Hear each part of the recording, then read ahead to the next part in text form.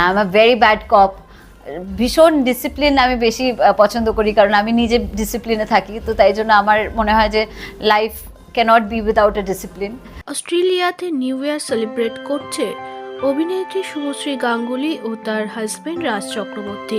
রাজ চক্রবর্তী ও Subhashree Ganguly new year তো খুব সুন্দরভাবে সেলিব্রেট করছে, তবে বাঙালির সমাজে কিছু কিছু জিনিস একটু মেনে চলাই ভালো। ওপেনলি সর্বদা কিস করা এদের স্বভাব হয়ে উঠেছে। এর আগে রাজ চক্রবর্তী ও শুভশ্রী গাঙ্গুলি বারবার ট্রোলের শিকার হয়েছে তাদের এই লিপ কিস করা নিয়ে। অবশেষে তাদের বিরুদ্ধে গেলেন অভিনেত্রী কোয়েল মল্লিক। কোয়েল মল্লিক স্টেট কার্ড জানান, আমি ডিসিপ্লিনে থাকতে ভালোবাসি, ডিসিপ্লিন ছাড়া লাইফ চলে না। কিছু কিছু জিনিস সত্যি বন্ধ করা উচিত, সম্মান করা উচিত সকলকে। তুমি চার দেয়ালের মধ্যে যাই করো না কেন, ওপেনলি সবকিছু করা যায় না। এটা কলকাতা, এটা বিদেশ নয়।